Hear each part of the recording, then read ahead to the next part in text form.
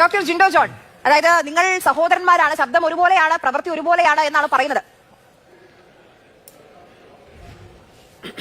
അറിയാം, എനിക്ക് ഇവർ രണ്ടുപേരും എന്നെയാണ് വിമർശിച്ചത്, എന്റെ പാർട്ടിയെയാണ് വിമർശിച്ചത് എന്നുള്ളത് ഒരു തരത്തിൽ എനിക്ക് അഭിമാനകരമാണ്. കാരണം അരുൺകുമാറിന് കിട്ടിയ അവസരത്തിൽ ഒരിക്കൽ പോലും സംഘപരിവാറിനെയോ BJP വിമർശിച്ചില്ല. പകരം കേരളത്തിലെ VD സതീശൻ സർക്കാരിനെയും കോൺഗ്രസിനെയും കൃത്യമായിട്ട് വിമർശിക്കാൻ അവസരം ഉപയോഗിക്കുകയും ചെയ്തു. എന്തുകൊണ്ടാണെന്ന് അറിയില്ല. എന്തായാലും ഇവരുടെ രണ്ടുപേരുടെ ശബ്ദം ഒരുപോലെ ആയതുകൊണ്ട് എനിക്ക് കുറച്ച് എളുപ്പമുണ്ട്. പക്ഷെ ആരും എനിക്ക് കുറച്ച് സമയം തരണം. ആദ്യം BJPയുടെ പ്രതിനിധി പറഞ്ഞ ഒന്ന് രണ്ട് കാര്യങ്ങളുണ്ട്. ഒന്ന്, ഈ വന്ദേ മാതരം അത് മുഴുവൻ പാടാൻ ഞങ്ങൾക്ക് സൗകര്യപ്പെടില്ല.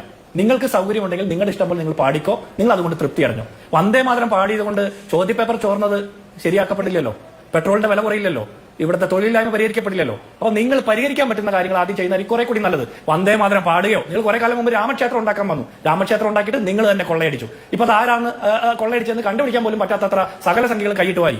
എന്തിന് നരേന്ദ്രമോദിയുടെ യാത്രാപ്പടിയിൽ വരെ കൈയിട്ട് വാരുന്ന സംഖ്യകളായിട്ട് നിങ്ങൾ മാറി, സ്വന്തം പാർട്ടിയുടെ കൊടി മറച്ചു വെക്കുന്ന ആളുകളായിട്ട് നിങ്ങൾ മാറി. അപ്പൊ നിങ്ങൾ വന്ദേ മാതരം പാടുന്നതാണ് ഈ രാജ്യത്തെ ഏറ്റവും വലിയ പ്രശ്നം എന്ന് വിചാരിക്കുന്നുണ്ടെങ്കിൽ അത് നിങ്ങളുടെ കുഴപ്പം, ഞങ്ങൾക്ക് അത് തോന്നുന്നില്ല. ബ്രിട്ടീഷുകാരോട് പോരാടിയ സമയത്ത് അത് മുഴുവൻ പാടണ്ട എന്ന് തീരുമാനിച്ച നേതാവിന്റെ പേര് മഹാത്മാഗാന്ധി എന്നാണ്.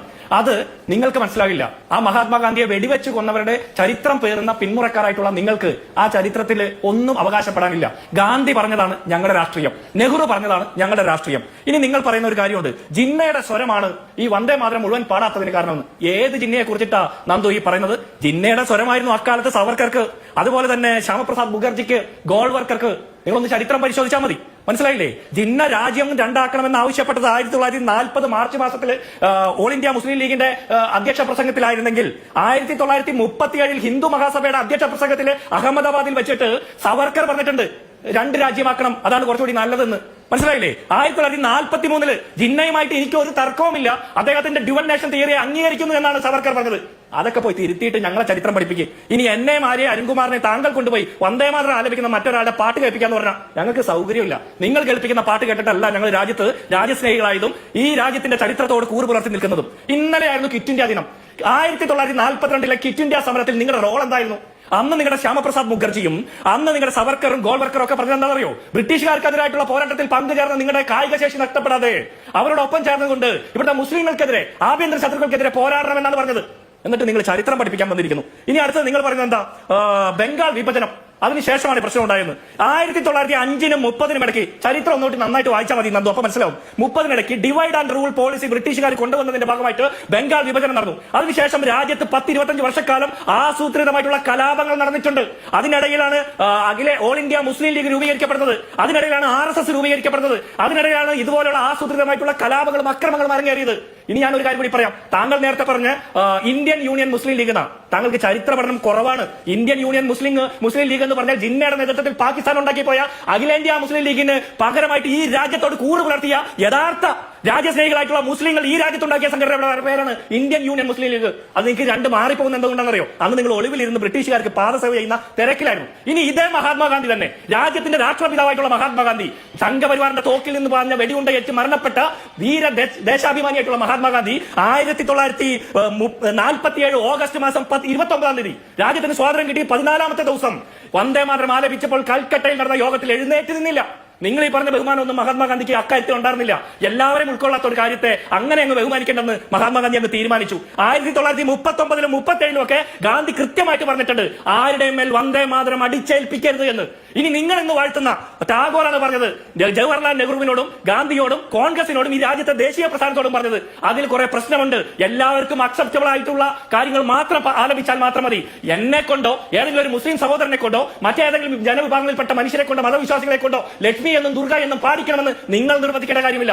യഥാർത്ഥ ദേശാഭിമാനികളായിട്ടുള്ള ഹിന്ദുക്കൾ പോലും അങ്ങനെ വിശ്വസിക്കുന്നില്ലല്ലോ. ഇപ്പോഴാണ് നിങ്ങളൊരു വന്ദേ മാതരം കൊണ്ടുവന്നിരിക്കുന്നത്. അത് കയ്യിൽ വെച്ചാൽ മതി. ചരിത്രം കുറച്ചുകൂടി പഠിച്ചിട്ട് സംസാരിക്കാൻ പറ്റുന്നതായിരിക്കും കുറച്ചുകൂടി നല്ലതെന്ന് എനിക്കൊരു ഉപദേശമുണ്ട്. ഇനി അരുൺകുമാറെ ഞാനൊരു കാര്യം ചോദിക്കട്ടെ. ഈ TG മോഹൻദാസിനെ അറസ്റ്റ് ചെയ്ത് ജാമ്യം കിട്ടിയത്, തീർച്ചയായിട്ടും ജാമ്യം കിട്ടിയതിൽ വലിയ സങ്കടമുള്ള ഒരാളാണ് ഞാൻ വ്യക്തിപരമായി കൂടി. അതുപോലെയുള്ള വൃത്തികെട്ടവന്മാർ കേരളത്തിൽ 10 വർഷക്കാലം വൃത്തികേടും വിഷലിപ്തമായിട്ടുള്ള പ്രചരണങ്ങൾ നടത്തിയപ്പോൾ ഒരിക്കലെങ്കിലും നിങ്ങൾ ഒരു നടപടി എടുത്തോ? TG മോഹൻദാസിനെ നിങ്ങൾ കണ്ടില്ലേ കഴിഞ്ഞ 10 വർഷക്കാലം? എവിടെയായിരുന്നു പിണറായി വിജയന്റെ ആഭ്യന്തര വകുപ്പ്? ഇനി കാപ്പ കേസിലെ ഗുണ്ട സുഗതന് മറ്റേ സത്യപ്രതിജ്ഞ ചെയ്യാൻ അവസരം കിട്ടിയെന്ന്. കാപ്പ കേസിലെ ഗുണ്ടകളെ മാലയിട്ട് സ്വീകരിച്ച ഒരു വനിതാ ശിശുക്ഷേമ മന്ത്രി ഉണ്ടായിരുന്നു, വീണ ജോർജ്. മുദ്രാവാക്യം വിളിച്ചൊരു ജില്ലാ സെക്രട്ടറി ഉണ്ടായിരുന്നു പത്തനംതിട്ടയിൽ. നിങ്ങൾ കാപ്പാ കേസും ഗുണ്ടേ കഥയൊന്നും പറയണ്ട.